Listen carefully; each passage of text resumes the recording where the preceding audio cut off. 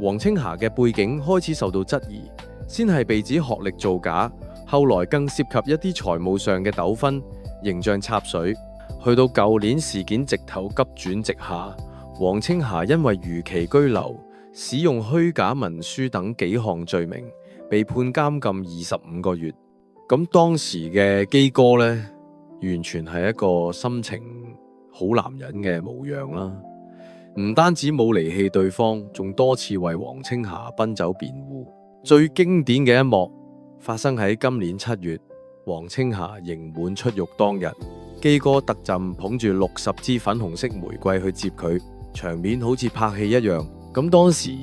佢接受傳媒訪問，信心滿滿咁話會盡快同王青霞註冊結婚，兌現承諾。呢個時候，所有觀眾都以為呢對經歷過風浪嘅情侶終於可以修成正果。